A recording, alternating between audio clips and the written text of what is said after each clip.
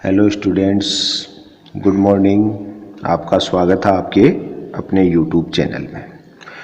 बच्चों, अपने last video के अंदर गाउस के अनुप्रयोग शुरू किए थे। उसमें फर्स्ट अनुप्रयोग था अपना, फर्स्ट एप्लीकेशन थी गाउस की। क्या थी कि इनफाइनाइट लेंथ का कोई वायर है, उसके कारण अपने इलेक्ट्रिसिटी की इंटेंसिटी कैलकुलेट करी थी। ठीक है, intensity of electric field due to a infinite line charge के कारण। ठीक है, और उसका लास्ट आंसर आपको ध्यान होना चाहिए, अपना जो इलेक्ट्रिक फील्ड आया था वो 2k लैम्डा अपॉन आर आया था। आज अपन वही गाउस के डेरिवेशन कर रहे हैं, लेकिन अपन कौन सा कर रहे हैं? सेकंड। ठीक है, सेकंड गाउस का जो डेरिवेशन है वो आज अपना कि गाउस के नियम से अपरिमित अचालक समरूप आवेशित परत के कारण विद्युत क्षेत्र, मतलब intensity of electric field due to infinite uniformly charge non conducting infinite sheet. ठीक है ना, मतलब आज अपन क्या कर रहे हैं, शीट होगी एक जो चार्ज शीट है और कैसी है, इनफाइनाइट लेंथ की है, जिसके कारण अपन क्या बात करेंगे, इलेक्ट्रिक फील्ड को कैलकुलेट करेंगे। और किसका यूज करते हुए? गाउस के नियम की।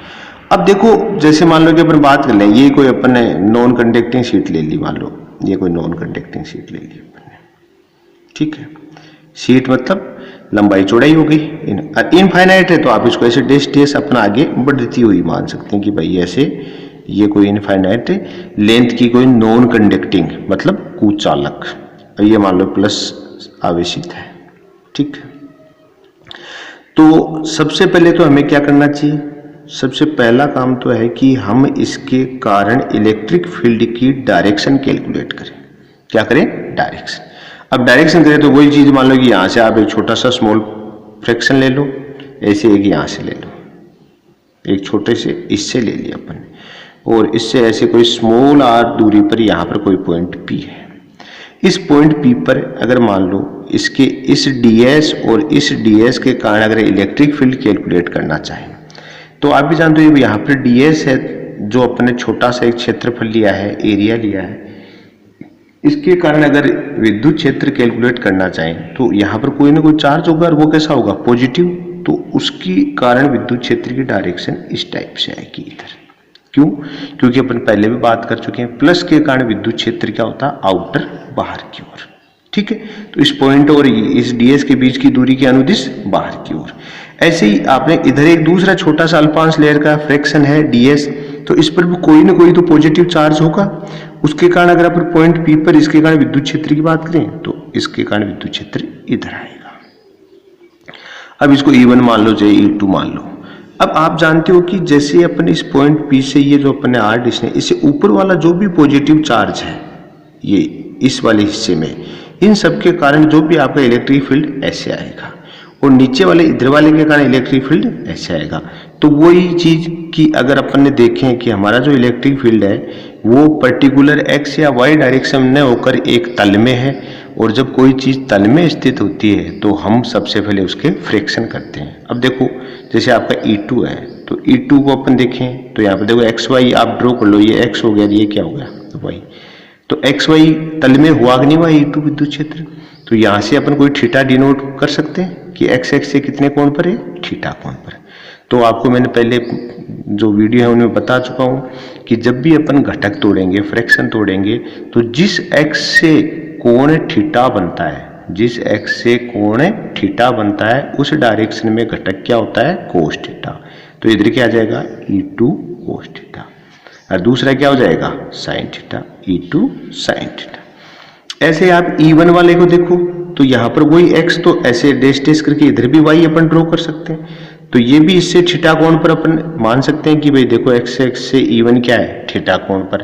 तो उस कंडीशन में क्या होगा कि जिस x से थीटा कोण होता है उधर कौन सा घटक होता है? कोस। तो इस कारण इधर भी इसका भी क्या घटक आ जाएगा? अपन कहेंगे E1 कोस थीटा, और साइन थीटा घटक इसके लंबवत आ गया। अब देखो अपने ऐसे इसके दो फ्रैक्शन लेकर अपने ये चीज दिखाई। अब आपको समझ में आ गया होगा, इधर जो भी पॉजिटिव चार्ज है ये ऊपर वाला, इस सब के कारण तो क्या होगा? इस साइड में ये आपका जो विद्युत क्षेत्र ऐसे आएगा। तो कोस थीटा घटक तो एक्स एक्स में होंगे, साइन थीटा ऐसे इधर वाले कारण ये आएगा। तो क्लियर है कि साइन थीटा घटक तो एक दूसरे के विपरीत रहने वाले हैं, इस कारण ये तो आपस में क्या हो जाएंगे, कैंसिल। और कोस थीटा घटक देखो दोनों क्या रहे, समदिश एक ही डायरेक्शन में एक्स एक्स में, तो कोस क्या हो जाएंगे, जुड़ जाएंगे। तो मतलब रिजल्टेंट विद्युत क्षेत्र की डायरेक्शन आपकी एक कोस थीटा वाली डायरेक्शन में आ गई, मतलब एक्स एक्स में। ये आपका परिणामी विद्युत क्षेत्र की दिशा है, परिणामी विद्युत क्षेत्र की दिशा हमने प्राप्त कर ली। ये आई है अपनी परिणामी विद्युत क्षेत्र की डायरेक्शन। क्यों? क्योंकि ये तो कैंसिल होते हैं, सिर्फ एक्स वाला डायरेक्शन ही यही बचेगा, समान दिशा में होने के कारण यही जुड़ेगा, साइन वाले तो कैंसिल हो जाएंगे। तो ये तो चीज पता आप अपन किसी के लिए भी हो, कल अपन ने लीनियर के निकाला तो भी यही आई थी अपनी विद्युत क्षेत्र, आज अपन नॉन कंडक्टिंग जो आपकी शीट ली है इसके कारण भी यही आई है। तो वो कोई सब में सेम ही रहना है। अब देखो अपने को इसके कारण गाउस को यूज करें, तो गाउस लॉ के अकॉर्डिंग सबसे पहले हमें क्या करना चाहिए, हमें एक गाउसियन सरफेस, तो सबसे पहले तो वही अपन नॉन कंडक्टिंग शीट के लिए एक गाउसियन पृष्ठ की कल्पना कर लेते हैं। ठीक है, इनफाइनाइट लेंथ की है, तो ये अपन ने ऐसे दिखा दी, ये पॉजिटिव चार्ज। और हमें क्या करना है, सबसे पहले एक गाउसियन पृष्ठ मानना है, और कैसा होगा वो, बंद। गाउस का पृष्ठ कैसा होता है, बंद। और आपको पहले ही पता होगा कि बता चुका हूं कि गाउस का पृष्ठ आप मानने के लिए स्वतंत्र हैं, आप कैसा भी पृष्ठ मान सकते हैं। तो यहां पर भी अपने एक बेलनाकार पृष्ठ मान लेते हैं, जैसे ऐसे एक बेलनाकार पृष्ठ मान लिया। ठीक है, ये अपने एक बेलनाकार पृष्ठ मान लेते हैं। तो ऐसे आर पार अपने एक बेलनाकार पृष्ठ इसके मान लिया। ठीक है, ये आपका बेलनाकार पृष्ठ हो गया। अब देखो सेम ही चीज कि इसकी अलग अलग सरफेस लेनी पड़ेगी। ये सरफेस अपन इधर वाली वृत्ताकार को S1 मान लें, इसको S2 मान लें, इस वृत्ताकार को S3 मान लें, पहली बात। दूसरी बात अपन कह दें कि देखो विद्युत क्षेत्र की डायरेक्शन S1 पर क्या होगा, अभी निकालिए बाहर की ओर, तो यहां पर S1 पर विद्युत क्षेत्र तो ऐसे होगा। और साथ में ही S1 खुद भी क्या है, एक सदिश राशि है। क्यों, क्षेत्रफल एक सदिश राशि है, और क्षेत्रफल की दिशा में से क्या होती है, लंबवत बाहर की ओर। तो इसके लंबवत बाहर की ओर ये लो, तो इधर S1 की डायरेक्शन भी ये आ गई। तो यहाँ थीटा बराबर क्या हो गया, 0 डिग्री। अब S2 है वो बेलन की ऊर्ध्वाधर सतह, जैसे ये बेलन है तो ये सतह अपन ने S2 मानी है, S1 और S3 ये मानी है। तो ये ऊर्ध्वाधर सतह है, तो इस पर आप जानते हो कि यहाँ पर ये डायरेक्शन तो किसकी हो जाएगी, S2। क्यों, क्षेत्रफल हमेशा क्या होता है, लंबवत। और विद्युत क्षेत्र अपन फिक्स निकाल रखे हैं एक्स एक्स में, तो ये आपका विद्युत क्षेत्र E। तो यहाँ पर आपके S2 के लिए थीटा की वैल्यू कितनी आ जाएगी, 90 डिग्री। ठीक है, अब S3 पे आ जाओ, तो S3 है तो इसके लंबवत डायरेक्शन S3 बाहर की ओर, लंबवत क्षेत्रफल हमेशा लंबवत बाहर की ओर होना है। ठीक है, और विद्युत क्षेत्र वही आप पता है बाहर की ओर है, तो ये आपका विद्युत क्षेत्र E है। तो थीटा यहाँ भी क्या आ गया, 0 डिग्री। ठीक है, प्लस के कारण विद्युत क्षेत्र बाहर की ओर होता है, तो इस पॉइंट पर भी थीटा 0 आया, S3 पे भी 0 आया, और S2 पर देखो विद्युत क्षेत्र और क्षेत्रफल एक दूसरे के लंबवत है। ठीक है, अब ये तीनों चीजें तो है। अब अपन कहते हैं माना आप इसको यूं लिख सकते हैं, माना कुचालक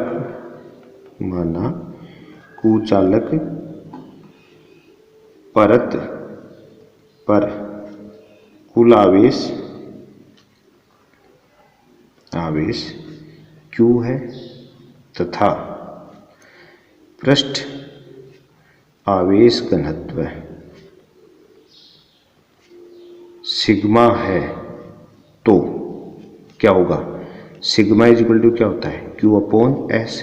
तो Q इज इक्वल टू जाएगा सिग्मा इंटू S। ये संबंध अपने पहले बात करें, पृष्ठीय आवेश घनत्व है।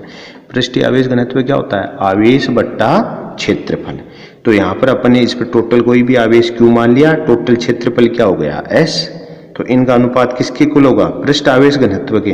तो अपने Q बराबर सिग्मा इंटू S कर लिया।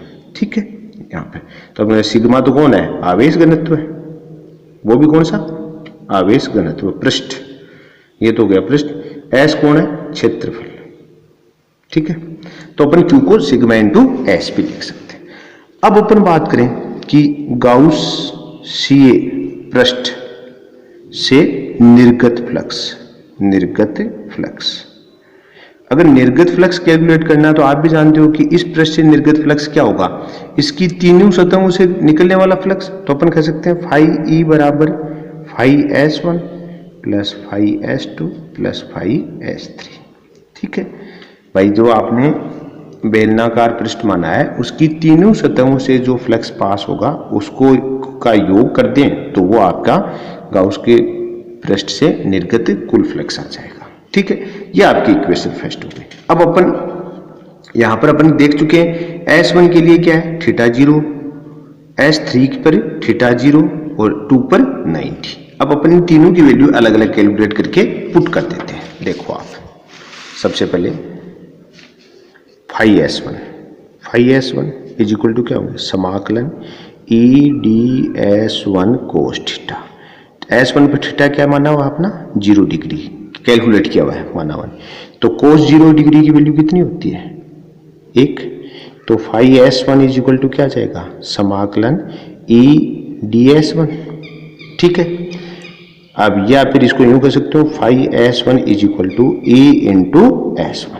ये आपका इससे निकलने वाला फ्लक्स आ गया भाई। ds1 मतलब टोटल S1। अब S1 की वैल्यू आप जानते हो, S1 की वैल्यू क्या होगी पाई आर स्क्वायर। क्यों, क्योंकि यहां पर आपकी S1 सतह कैसी है वर्ताकार। ठीक है, ऐसे ही अपने फाई S2 कैलकुलेट करें तो क्या होगा समाकलन E D S2 cos theta. इसमें थीटा की वैल्यू कितनी है 90 डिग्री, तो कोस 90 डिग्री इज इक्वल टू क्या होता है 0, तो फाई S2 की वैल्यू तो क्या आ जाएगी 0, फाई S2 तो हो गया 0। इसका काम तो पूरा हुआ।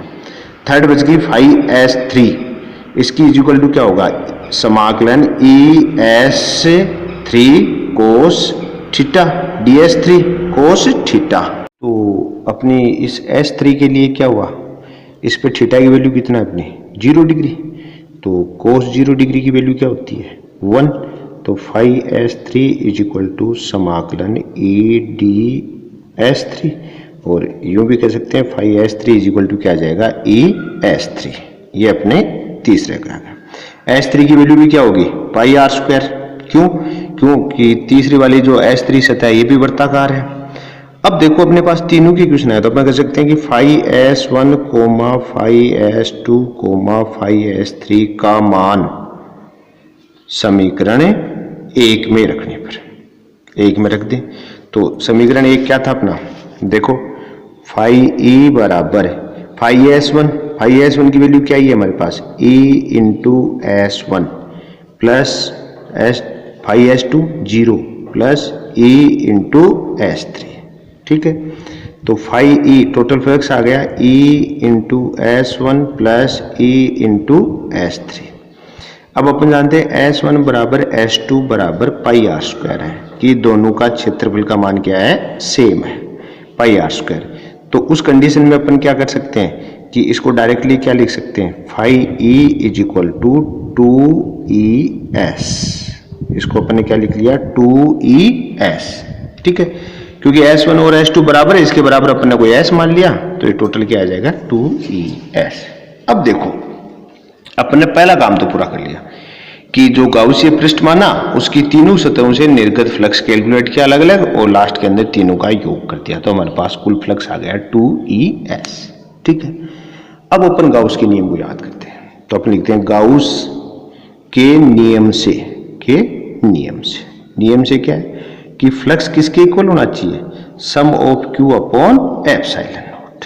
ठीक है, तो टोटल फ्लक्स क्या है आपके पास 2ES और is equal to sum of Q upon epsilon naught, और सम ऑफ Q को क्या लिख सकते हैं आप सिग्मा इंटू एस।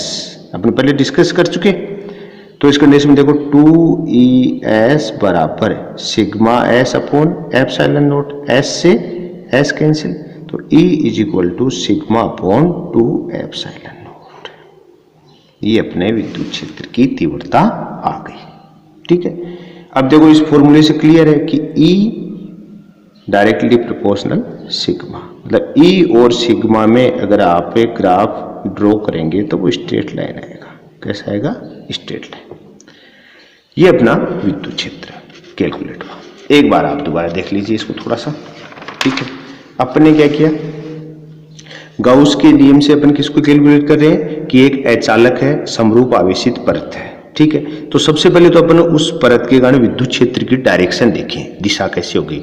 तो अपन ने क्या हुआ, इसके दो को छोटे छोटे पास ले लिए, ds और ds। इनके कारण अपन ने विद्युत क्षेत्र किसी भी बिंदु P पर कैलकुलेट करके देखा। तो अपन ने देखा कि ये कोई xy तल में है, और फिर अपन ने इनके फ्रैक्शन किए, और फ्रैक्शन से अपने को क्लियर हुआ कि साइन वाले तो कैंसिल हो जाते हैं, कोस वाले एक डायरेक्शन में होने के कारण जुड़ जाएंगे। अर्थ क्या हुआ कि परिणामी विद्युत क्षेत्र है वो पर्टिकुलर आउटर, बाहर की ओर, ये इस दिशा में हमें प्राप्त होगा। हमें विद्युत क्षेत्र की परिणामी दिशा कैलकुलेट करनी थी, तो ये प्राप्त हुई, ठीक है। फिर अपन इसके कारण गाउस के नियम से अपन क्या कर रहे हैं, इंटेंसिटी ऑफ इलेक्ट्रिसिटी कैलकुलेट करनी है। तो सबसे पहले कैसे किया, एक गाउसीय पृष्ठ की कल्पना करिए। गाउसीय पृष्ठ किसको माना है, एक बेलनाकार आकार को, ये एक बेलनाकार गाउसीय पृष्ठ। तो बेलन के 3 पृष्ठ होते हैं, एक दो तो वर्ताकार, एक ऊर्ध्वाधर लंबवत। तो S1 और S3 तो क्या हो गए वर्ताकार, S2 क्या हो गया आपका ऊर्ध्वाधर। अब तीनों पृष्ठों के ऊपर अपन थीटा कैलकुलेट करेंगे। थीटा किसके बीच में, विद्युत क्षेत्र और क्षेत्रफल के बीच में। तो आप भी जानते हो कि क्षेत्रफल की दिशा हमेशा पृष्ठ के लंबवत होती है। तो इस पृष्ठ के लंबवत S1 डायरेक्शन आ गया, और विद्युत क्षेत्र की दिशा पर ऊपर चर्चा कर चुके हैं, तो ये ऐसे बाहर की ओर। तो यहाँ पे थीटा की वैल्यू क्या आ जाएगी, 0 डिग्री। ऐसे अगर S2 सतह पर देखेंगे तो इस सतह का लंबवत ऊर्ध्वाधर क्या हुआ, बाहर की ओर, ये तो ये तो आपकी क्षेत्रफल की डायरेक्शन आ गई, और विद्युत क्षेत्र की आपने कैलकुलेट कर रखी है। तो इस कंडीशन में इनके बीच में थीटा कितना आया, 90। और S3 पृष्ठ पर क्या है, इसके लंबवत बाहर की ओर, S3 की दिशा, विद्युत क्षेत्र की दिशा आप भी जानते हो प्लस बाहर की ओर है, तो यहाँ पर थीटा वापस क्या आ गया, 0 डिग्री। अब अपन जानते हैं कि ये तो अपन ने तीनों के ऊपर थीटा कैलकुलेट कर लिया। अब अपन बात कर रहे हैं, हमने कहा कि इस पृष्ठ पर जो आपके कुचालक, जो आपने आवेशित परत ली है, इस पर कुल आवेश Q है और पृष्ठ आवेश घनत्व है सिग्मा है। तो Q is equal to sigma into S अपन लिख सकते हैं। किस संबंध से लिखा है, पृष्ठ आवेश घनत्व के संबंध से।